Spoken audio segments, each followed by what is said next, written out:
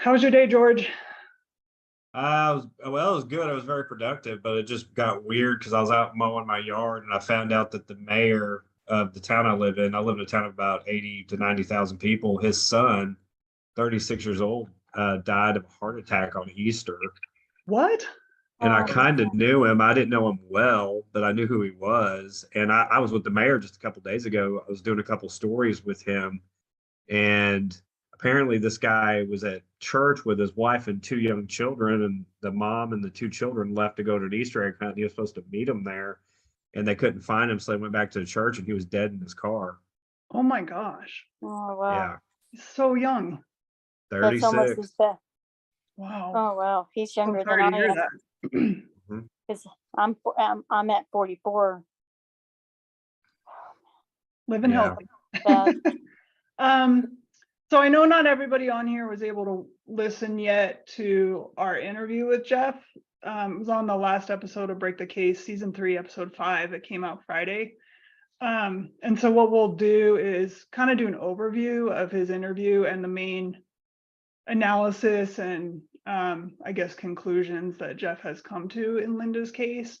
I got a sketch that I did of her injuries, and I'll put that up in a minute. And then we'll open it up after to like a Q&A. But one thing I wanted to tell everybody, especially those that are in the Port Orchard area, and I'll be posting this to the Facebook group, but we do have a presentation set up for, and I'm going to share my screen here, for when we're up there on April 29th. And I'm going to post the flyer in the group, and please feel free to download it and share it elsewhere. Because obviously we want as many people to attend as possible. We'll be talking about, how George and I met, how we formed this cold case team, kind of our overall methodology, and then, go through some of the cases we've worked, and obviously focus a lot on Linda's case. So anybody on here who's in the local area, we'd love to see you that Saturday. And we're also going to do a meet and greet later that afternoon at 5 o'clock at the Golden Grill on the Bay. And we picked that because it was one of Linda's favorite watering holes. So super casual, just come hang out, meet us in person. I got stickers and other swag to hand out. And it's just nice to connect with people in person. So I just want to show this flyer real quick. And like I said, I'll post it to the group so everybody can share it if they want to. And now let's see, I guess what I'll do, I'll stop sharing that. So I guess what we'll do, Jeff, I'll give a quick overview of what we know from Linda's autopsy. And then if you want to talk a little bit about your thoughts, okay, and we can just kind of have a discussion, All right. But so Linda, based on the best we can tell, Linda was stabbed or slashed a total of 24 times. And I'll put the sketch up in a minute. So some of the wounds are actual, like the knife penetrating, into the body. Others are clear defensive wounds where the killer was probably, just lashing out, and she got cuts on her forearms and her hand. Jeff actually thinks Linda may have grabbed her own weapon or armed herself, and he'll explain why. 4 of Linda's wounds were considered lethal, meaning she would have died from any of those 4 without immediate medical attention. But even with immediate medical attention, there's a good chance she wouldn't have survived any of those 4. So in her case, there's what we call a high level of overkill, meaning the killer delivered a lot more stab wounds than was necessary to kill her. And that's something we're going to analyze in more detail down the road. And we're hoping to get former FBI profiler to come on and talk about the behavioral analysis. But in general, overkill is indicative of a high level of rage. And then that in turn is a high level, or is indicative of some kind of fight that went on between victim and perpetrator prior to their death. So I'm going to put up the sketch. And then, can everybody see that? Yes. Yeah. Okay. So something that struck me and George right away is on Linda's front side in her chest area, you'll notice almost all the wounds are horizontal. And so we asked Jeff what his thought process was on why those ones are horizontal, because in my mind, I usually expect to see vertical wounds. So Jeff, what was your thinking on that? Well, the possibility is that they have some martial arts knowledge or some medical knowledge to be able to understand that the knife has to go between the ribs horizontally rather than vertically. That way it won't get stuck in the ribs, and it can penetrate much deeper. And is it common in a stabbing for the knife to get stuck in the rib cage? Like, is that something you've seen? It is fairly common for a knife to get stuck in a bone. Yeah. Okay. And I know there's one injury to her sternum, and the sternum, is over your heart, basically in the middle of your rib cage. Right. And you're thinking on that injury, what do you think happened when the knife hit her sternum?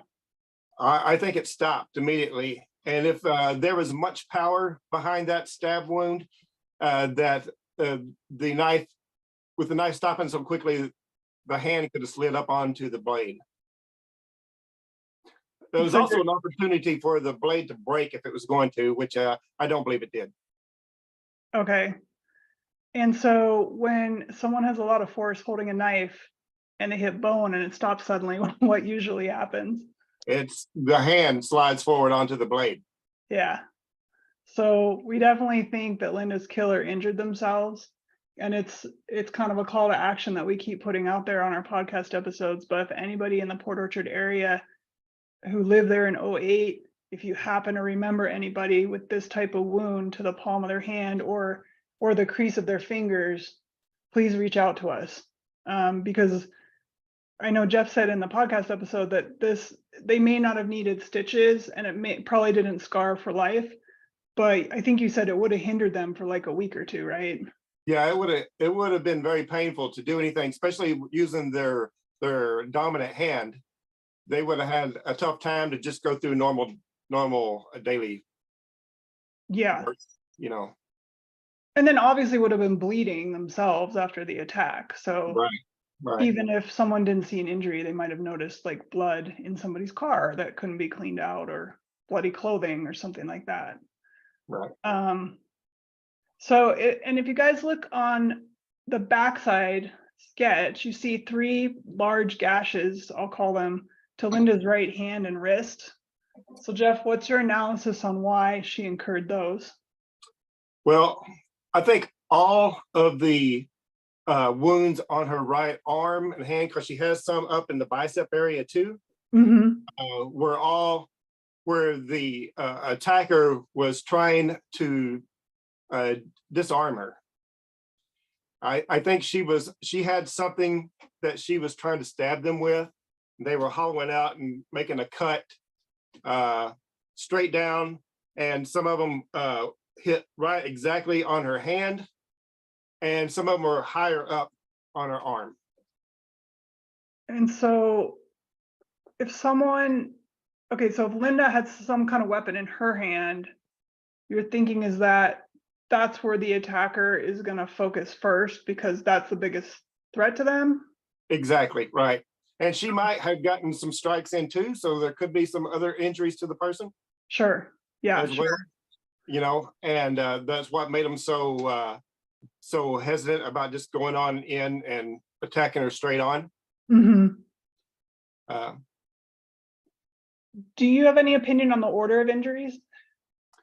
I think, well, for example, the cut wounds that happened were just kind of incidental, and you can't really tell where they were. They were in the fight, so they were just slashing and trying to.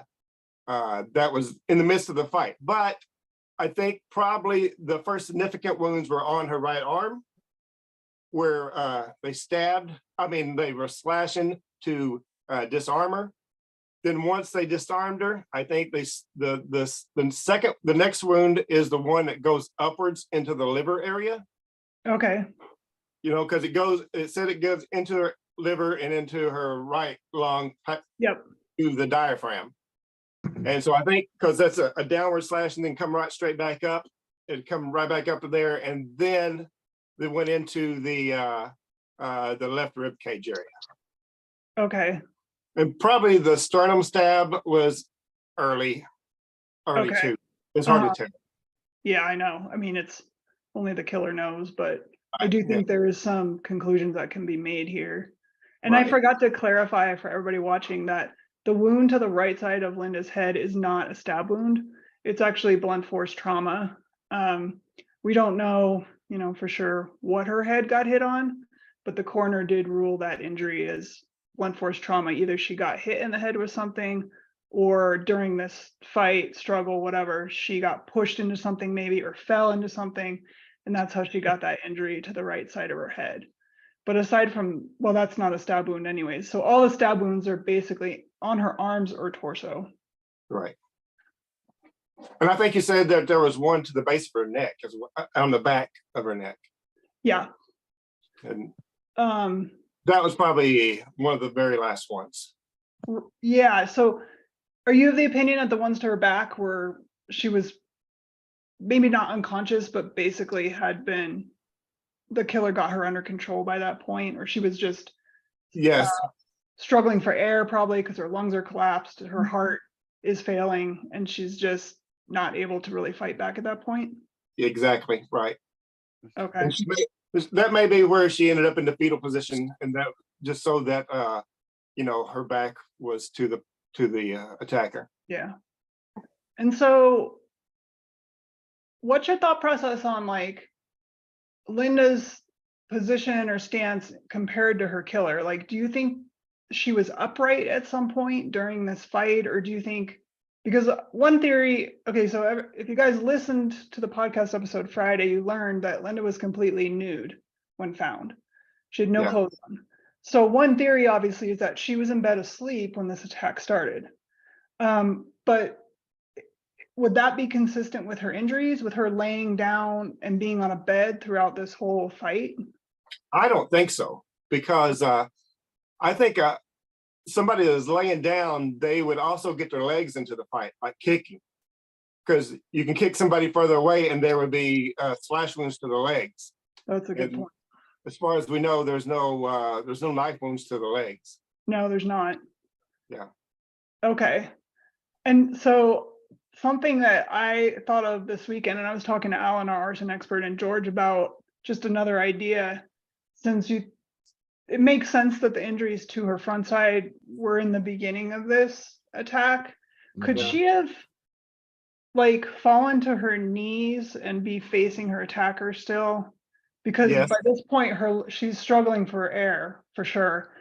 Right. Her heart is pierced. Could she have fallen to her knees and then the attacker like grabbed her hair, because she had long hair, and just kept plunging the knife into her chest while she's Yes, on? I think one specific wound shows that most of her injuries are with the blade, the edge facing towards the outside of her body. Okay. But there's one where the edge is facing in. Oh, okay. And it goes down into the Yeah. chest.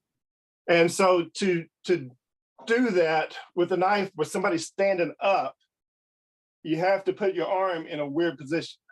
Yeah. To stab, and you have no power.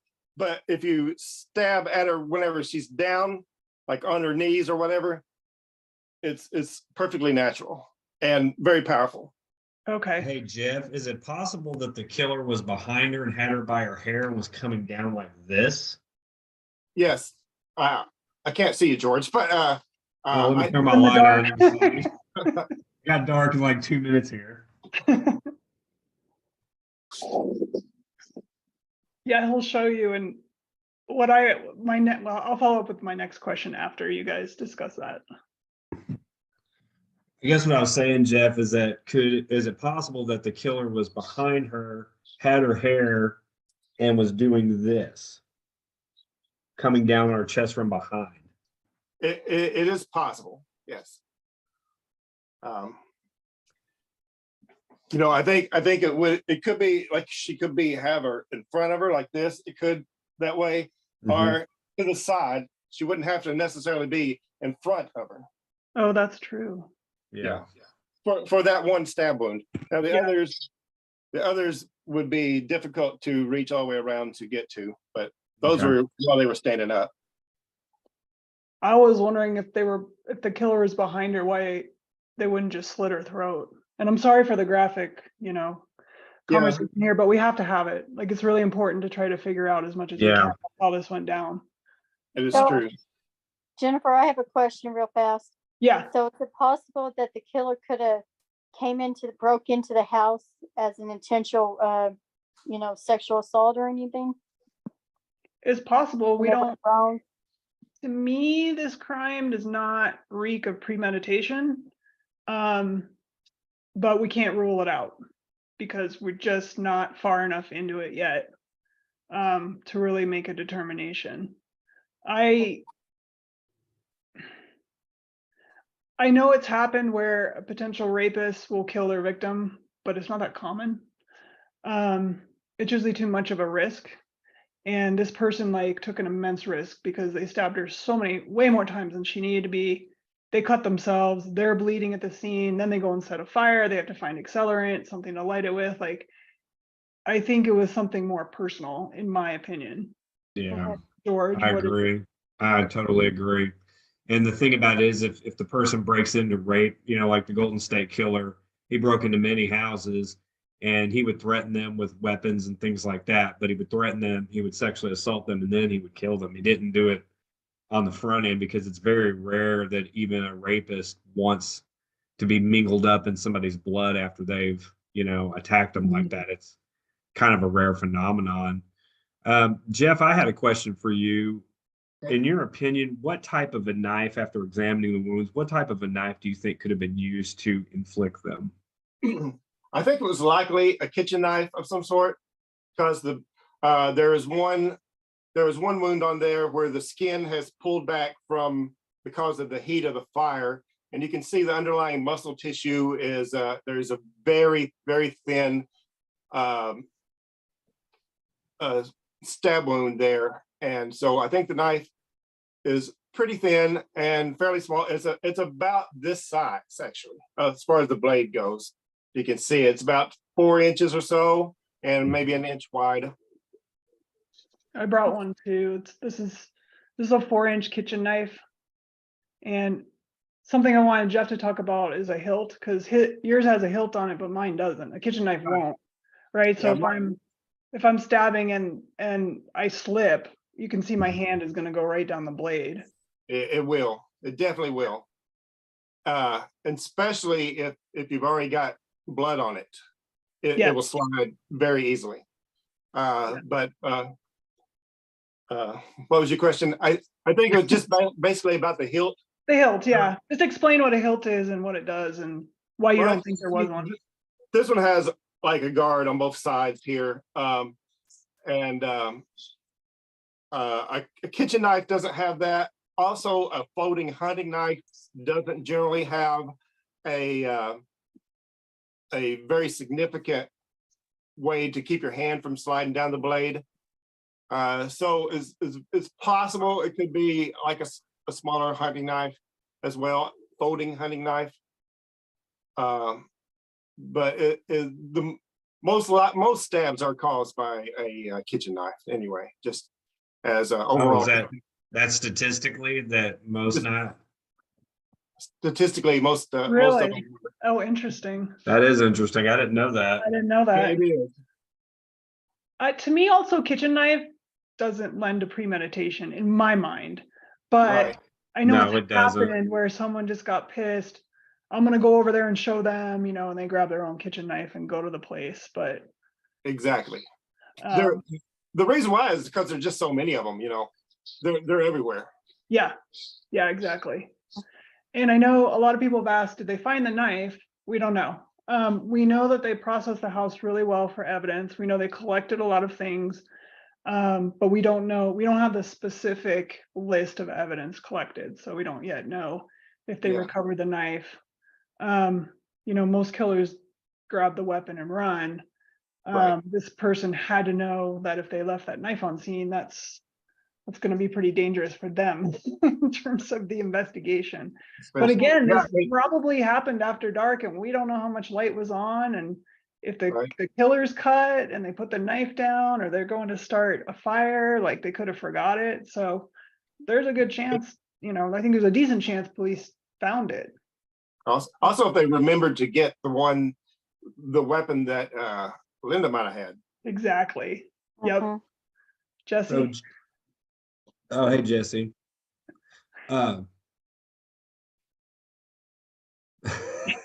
He just muted himself back. You're muted. There, Does it matter whether the pinky was near the bolster or near the heel? Like changing the direction of the knife? I think in this case, the index finger was forward, and that does matter as far as the stab wounds.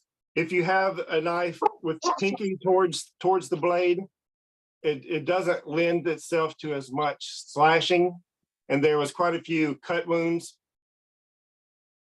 Like in Debbie's case, we saw only stab wounds. So that leads me to think that it was held more like this in an ice pick type grip. yep. And but in Linda's case, there were slash wounds, and the wounds that are on the arm would have been difficult to make with the arm this way, and the upward one into her liver.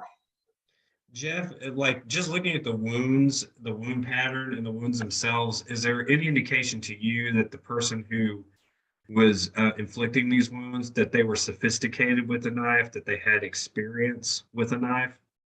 Yes, the wounds to the arm, trying to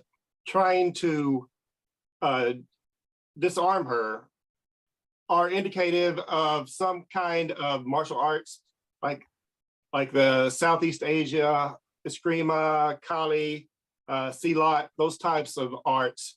They have specific moves, strategies called defang the snake, and slashes and passes and destructions of the arm are all in there. And that could lend a little bit towards the person having some martial arts skills. So would you say that the killer was taller than her? Possibly, but not necessarily. The one wound that I saw that would make it seem as if she was the killer was taller is that wound that we talked about, where the edge of the blade was facing towards the sternum. That would have to either be done by a person that was taller than her, or after she was down on the ground, like at least down on her knees.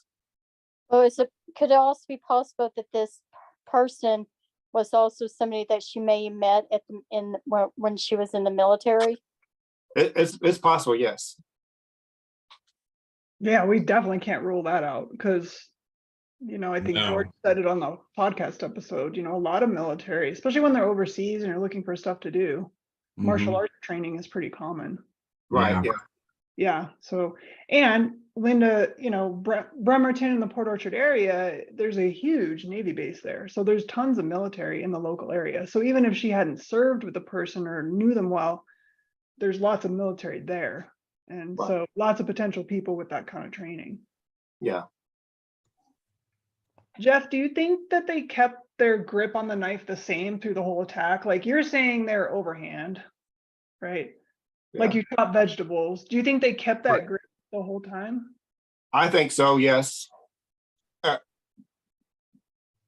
Mostly because whenever you're in the midst of an intense encounter, tough fight like that, you don't change your grip until it's over, unless there's a specific reason for it. Uh-huh. Like if somebody grabs your hand, well, you can switch it to the other hand. Sure. Or if they injured their hand so bad, they could switch it to the other hand, or maybe switch it to a way that it doesn't hurt as bad. But as far as the wounds go, I think they were mostly done with the same grip. Okay. I think Jeff? I misspoke too. This is overhand? Or I or can't chopping see. vegetables. I forget. I'm sorry. Like chopping vegetables. If you can Yeah, see me, okay. it's kind of like, it's like this. Yeah, okay. That's Some people that's chop what I it meant, but I think strip, I said but- it wrong. And this is something I asked you in your interview, but how many cases have you worked where the victim was stabbed and found completely nude? None, no. And just to let everybody know, our arson expert said the same thing. In 30 years of investigating arsons, he has never been on a homicide scene that involved an arson where the victim was found nude. So I think that detail is really important for some reason. We're not positive yet what that reason is, but it just shows that both our experts have never encountered that situation. And so it's extremely rare. Right. What else, Well, George? Oh, go ahead. about it. There was one other thing that I noticed on her back.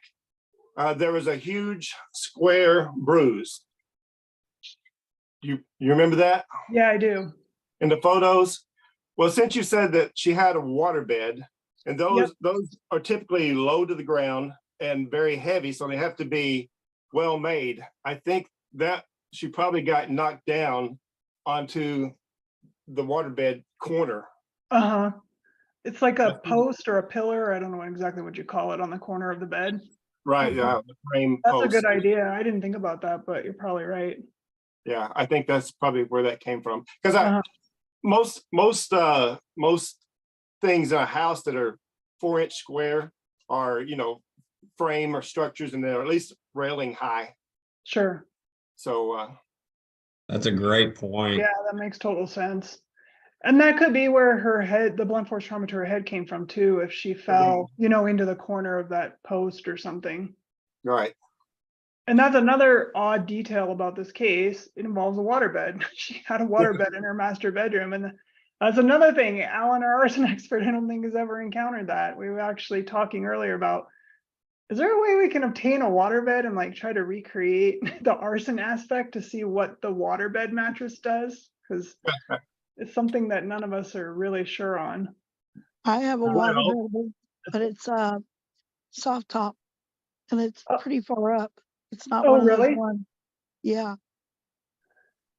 Can Yeah, we this set is it on fire? I'm just kidding. actually, I have another one. It's out in the garage that isn't doing anything. Oh, really? I might take you Yeah. up on that. Well, Yeah, can Alan set it on fire? I know. I would say in my misspent youth that I used to like build fires in the backyard, and I tested this theory and thought that I could put like a trash bag over the fire, fill it full of water, and then the fire would burn and put itself out.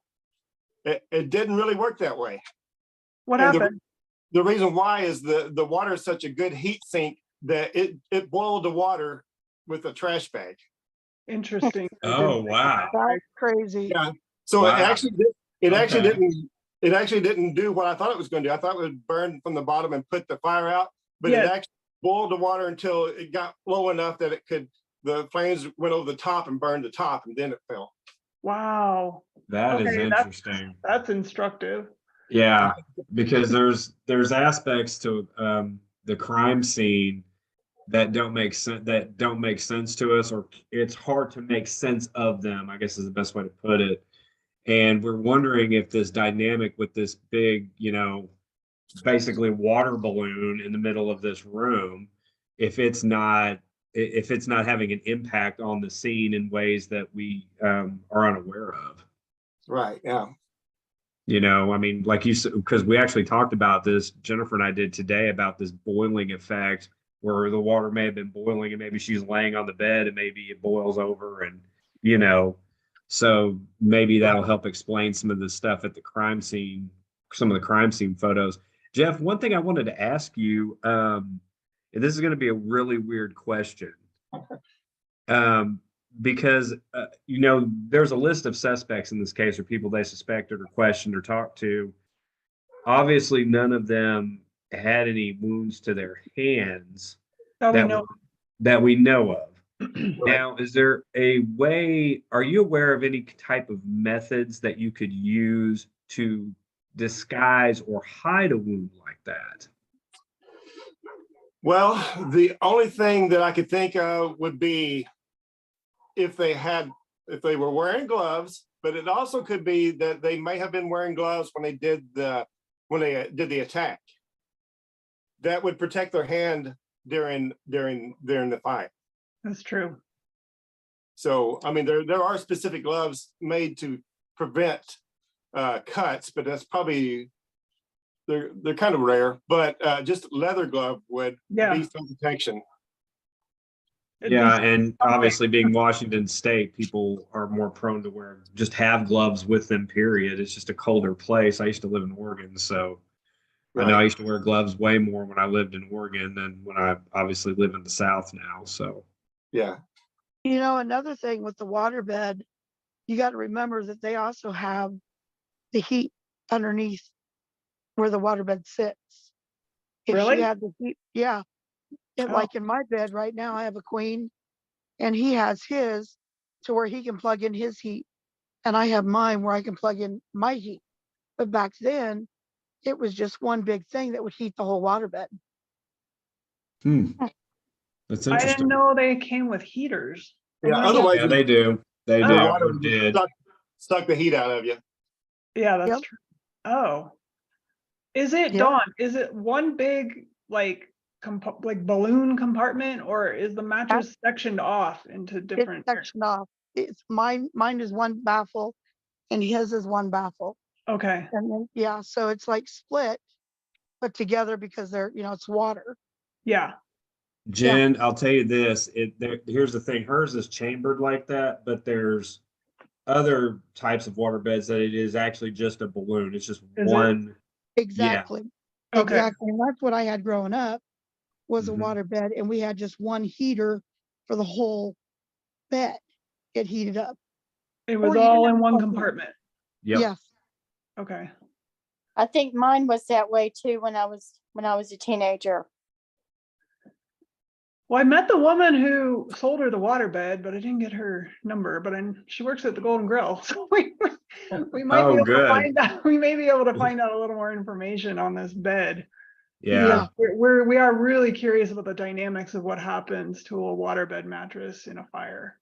Yeah. We're pretty sure, and Jeff just illustrated it with his story, but Alan and my father-in-law, who's also been in firefighting for a long time, both said the water inside is going to boil. But Yeah. neither one of them was really sure on like, then what? Will it split the mattress at some point? Will it stay well, the mattress was empty. So one way or another, the water came out of that mattress. Right. Either the mattress got stabbed by the knife or the fire destroyed it or something. But it definitely didn't have water in it when investigators showed up or when firefighters were on scene. So I wonder if it's possible that it just exploded. I know, maybe The It pressure would, just just shred. it would be sealed. Yeah, but I mean, if the pressure inside the compartment ever breached, like maybe a little bit of fire just opened up a hole and all the pressure went out that way and it just exploded. Mhm. Yeah. I think that's very possible. Man, this is, I hate to say it, but this is going to be interesting. We're probably going to have to find a waterbed. I know. Well, Kim Or- Schafer posted the comment. I don't know if you saw it. She's like, "We need a DIY Mythbusters." Yeah. Or if the bed was stabbed and the water ended up getting in that heater, that's another thing. Electricity Yep. or electrocution, right? Yep. That's interesting too. Mhm. That's a good thought. Jesse has his hand up. He's so polite. Oh. You don't have to raise your hand, babe. Yeah, dude. Jeff, do you think it's a fixed knife or a foldable knife? It kind of seems like the size that you're holding is like a skinning knife for like deer or elk, but like, what's your thoughts? It's really hard to tell. I don't think it was a folder, like a slip joint folder or something like that doesn't lock, because that doesn't lend itself to stabs. But I think it was something about this size probably a fixed blade kitchen knife. But it could have been like a like a buck 110, like a folder type That's knife. exactly what I was thinking.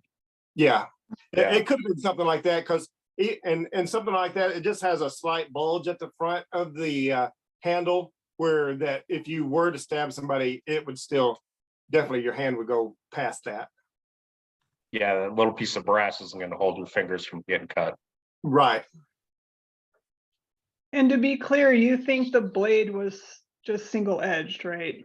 Yes. So Yeah. like for those who aren't familiar, like with a kitchen knife, the top is dull, you can't cut with it. So it's a single edged blade where only one side is sharpened. But in the Right. previous case Jeff helped us with, he's pretty sure it was a double edged blade. So that's what I want to ask. So Yeah. no matter what, this just had one sharpened edge. And did you see any sign of a serrated edge?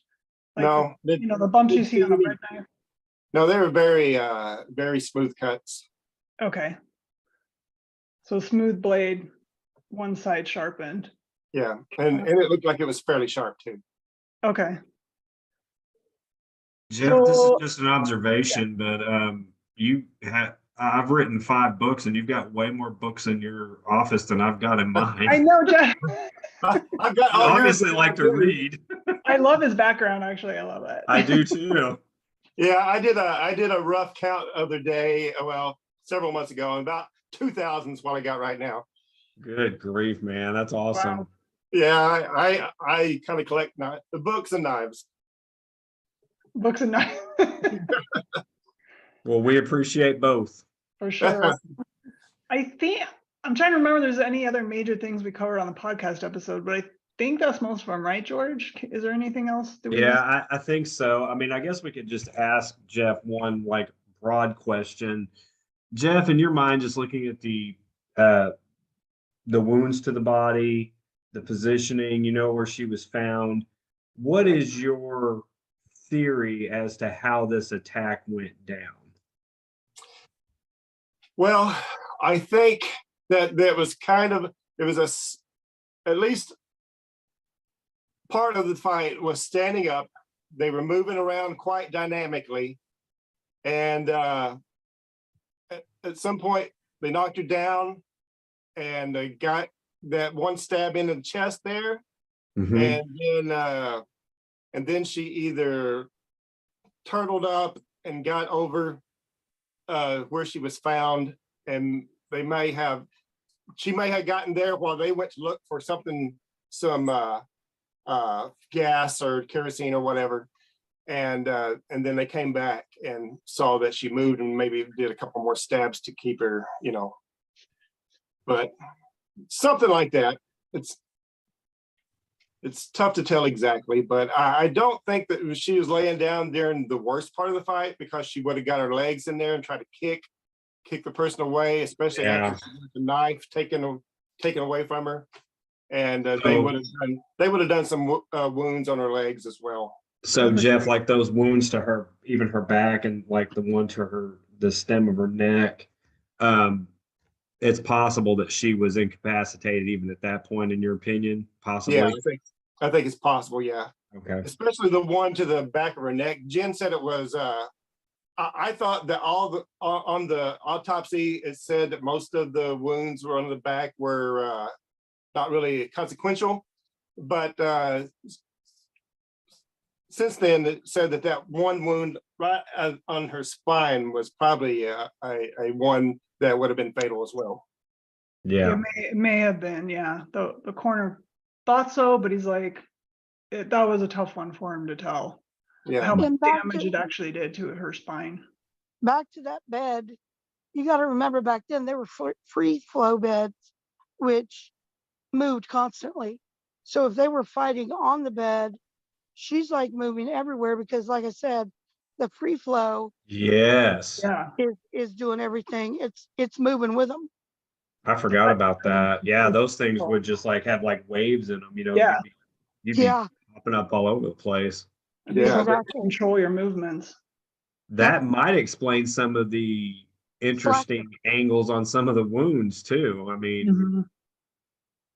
Yeah, Yeah, and to kill people so one of the lethal wounds pierced Linda's right atrium of her heart. And it's a little ironic because our last case, the victim Yeah. had almost the exact same injury, just from a different angle. But Jeff last year found us a video of somebody else getting stabbed that way. And the guy had fight in him for, we counted, it was like 12 or 14 seconds. And then Yeah. he just collapsed and he Correct. died. So once she incurred that wound to her heart, she had like, we'll say conservatively 15, 20 seconds probably. And then she was not totally dead, but incapacitated. She wouldn't be able to function. All right. Yeah, her blood pressure was too low to. Yeah. Yeah. And Linda, she had like 2 pints of blood, I think, George, in her lungs. And everybody knows like what a 2-liter soda bottle, the big one, it's close to that. But there was a huge blood stain on the, like below her as well. So she bled out both ways, like into her lungs and then also out of her body. Yeah, just for a frame of reference, 2 liters is roughly 40% of the blood in your body, which is Yeah, a that's true. lot of blood. Yeah. So I think those are the main things, but I mean, obviously we're happy to answer questions. So if you have thoughts or ideas or you want to discuss something, please feel free to bring it up now. Or if we need to clarify something, we can obviously do that. And everybody's silent. Well, the only thing that might came up to me and stuff like that is, could it be possible that she may have went out partying or anything like that night and met somebody and they came back over to her place? Well, here's something else peculiar about this case, because the list goes on and on. So I think everybody knows Linda was a drinker. She I don't know, George, would you classify her as a functioning alcoholic? I mean, she held a job most of her life. She was in the military. I think she just liked to party at night. Yeah. But she had no drugs or alcohol in her system. And they did recover her entire body. They have her blood. Assuming they tested the right blood, it's an accurate test. And so no one I've talked to that knew her can imagine her going out and not having some drinks.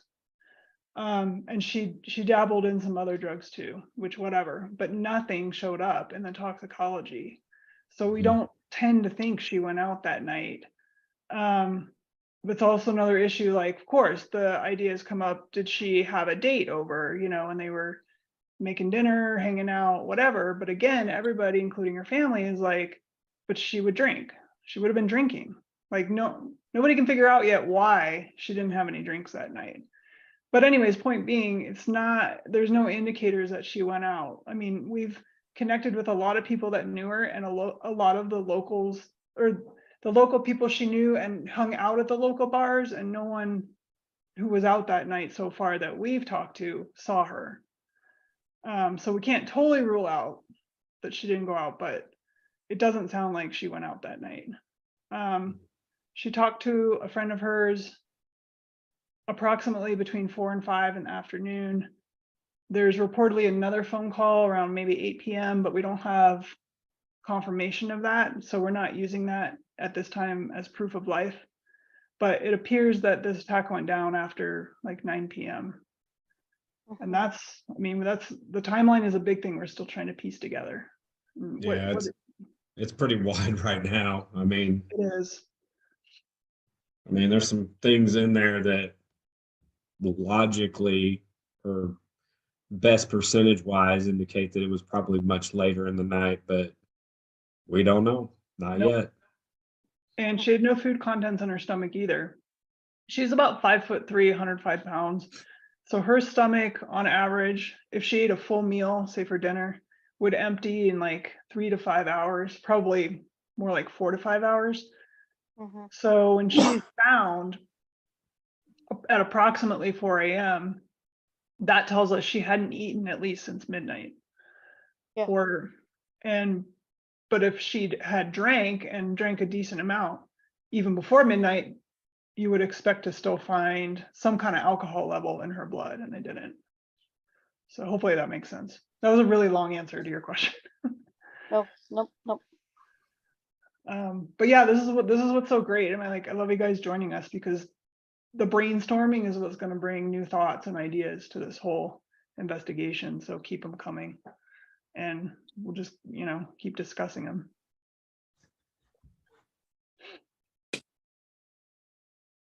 Anybody else have ideas? Kim? I know you followed this case pretty closely.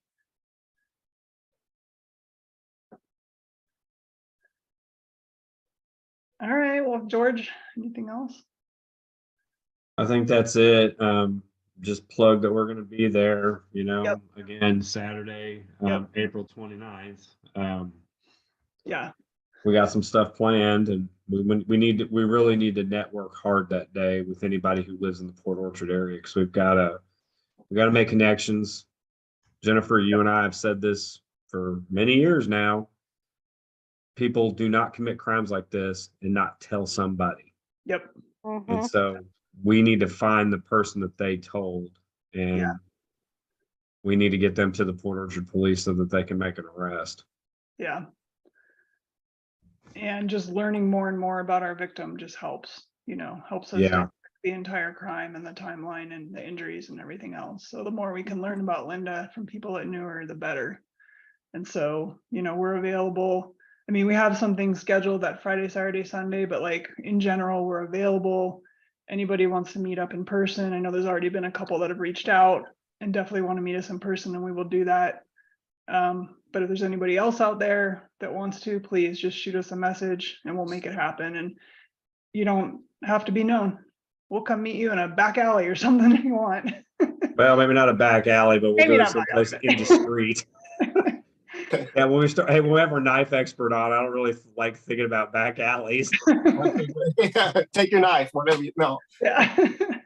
No, I'm taking a gun. I'm not taking a knife, Jeff. Sorry. That's I'm not okay. skilled like you. I just I have to shoot. understand. For those who ordered t-shirts, which I'm wearing, this is not the one with Linda's info on it, but it's got my podcast logo. The order went in yesterday, so the t-shirts are being worked on. I know I've coordinated with some of Linda's family members and friends to I'll just bring your t-shirts for you to Washington. But everybody should have their t-shirts in a couple weeks. So I appreciate everybody who made an order, because that helps us raise the reward fund for Linda's case, because maybe $5,000 isn't enough, but maybe if we get it to 7, it will be enough for someone to come forward. So you just never know. It is, Jennifer, it's shocking how little it's, and people don't understand this because I've been a journalist for a long time, how little amount of money you can pay someone to actually kill another person, and how little amount of money going from 5 to 7 doesn't seem like a big deal, but it's actually a huge deal. Yeah. There's just, in certain people's minds, there's just a trigger, and you cross the threshold and they're like, okay, I got to say something. And we're Yep. fine with that. We'll give them $7,000. We don't care. I mean, Yeah. And that's what it takes. it's from us, it's from our team's fund that we self-fund. So you don't have to pay taxes on it or write your personal check. I'll never tell anybody your name. You don't, it's not like the police department or the FBI or somebody's posting this reward and whatnot. It's our own personal team thing that we do on every case. So I'm sorry. I just joined in. I just started listening to you guys' podcast a couple of days ago. I go to the APU, and yeah. I'm a part of the criminal justice department. So, as far as the fund, is there a link or something that you have somewhere where you can go to for? Like, you mean to donate? Yes, to donate. I can give you a link, yes, if you would like to do that. We do accept donations. We don't really solicit donations because we don't, just having everybody's brain involved in this is enough for us. But yeah, if you would like to donate, we would happily accept that. And I will write you a receipt. And on that, it states that in the event of Linda's case, we don't need to pay out the reward. I'll either refund you your money or we can pass it on to the next case that we work. So we do give that option for people that donate. Okay, well, yeah, that would be fine if you could send that to me. And as far as giving back or receipt and all that, I don't need all that. Oh, It's just something I just want to do myself, you know. Well, thank you very much. We really, really appreciate that. Thank you. And I know We Linda do. does too. If you can, have we connected before, like on Facebook Messenger or anything? I don't think so. I think the only person I've read was like Erica from out of the group, from out of the Oh, yeah, yeah. criminology. Yeah, I know, Look, Erica. Shoot me a right. message if you don't mind. Okay. Just shoot me a message on Facebook and we'll connect and we'll figure it out. Okay, then. Thank you. Yeah, thank you so much. And thanks for going to my university, keeping me Yeah. semi-employed. Yeah, so I know there's a couple of people that came in late. I'm going to share my screen one more time just so you know what I'm talking about. But when George and I are in town in Port Orchard in a couple weeks, we're going to be giving a presentation at the Kitsap County Library at noon on that Saturday. And we'll be discussing like how George and I came together in this space, some of the cases we worked on, and obviously we're going to have a big section on Linda's case. Open to the public, it's free. Like we would love for anybody that's in the area to attend. And I'm going to post the flyer in the Facebook group. So if anybody feels like something that would help us, actually, especially those that live in the area, if you would repost it to your social media or tell friends about it or whatever, that'd be great. And then on that same day, Saturday, we're going to have a meet and greet starting at 5 o'clock at the Golden Grill on the Bay. And we picked that restaurant bar because that's one of Linda's favorite places to hang out. It's super casual, just come hang out, have a beer, meet us in person, you know, chat with us about the case or whatever you want to chat about. We'll just be hanging out for a few hours there. So we'd love to meet anybody that wants to come out. Anything else? No? Jeff, Well, as always, thank you so yeah. much. What were you going to say, George? Thank you. I have some, we're not going to talk about it tonight, but I have something insane I got to talk to you about in another case that's been Great. Yeah. There's been enough insanity today, George. I don't know if I can handle anymore. That's why we're saving it for tomorrow. Okay, got it. Well, It's thank you, interesting, I'll everyone. tell you that. Okay, oh, I know. Thanks, everyone that joined. We're going to have another one of these exactly 2 weeks from this evening with Alan, who's our arson expert. He has some amazing insight. Him and George will trade jabs, figuratively speaking. Yeah, we've been doing it. We've been trading jabs for a very long time, which I complimented him today because he did some good work on this case, and I appreciate it. But yeah, we will definitely trade jabs. Yeah, Alan, he is, correct me if I'm wrong, George, director of the fire science program at Black River. I think that's right. Yeah. And he's actually been working with his students to do some recreation on Linda's case. And they're working on making us some videos that we can publicize. So hopefully we'll have those by the time we have our Zoom with him and we can talk through those. And Alan is he's a wealth of knowledge when it comes to fire. So if you're able to join in 2 weeks, we would appreciate it. Yeah, he's kind of like Jeff. It's like they have an expertise in a certain area, but they've got so much experience in other areas that they're able to tie that stuff in. Yep. You know, for instance, like, you know, Jeff deciding to boil a bag full of water. Yeah. I mean, that just is unbelievable because Jennifer and I just a few hours ago were talking about that. So. Yep. I had to try it. I just thought of it one day and I was surprised. I never would have imagined that would be the outcome ever. Yeah, I never had the thought never entered my head. I have to try that. So we appreciate it though. I'm glad you did. I'm glad I had that pyromaniac little event back then. By the way, those who are watching on YouTube who weren't here for the live version, I will post this video in Linda's group. Please feel free to write comments under the post or questions or whatever you might think of, and we'll be happy to answer and discuss. So, all right, if nobody has anything else, thank you guys for taking an hour out of your evening to join us. All right. Thank you. Take care, everybody. See you soon. Awesome podcast. Thank you.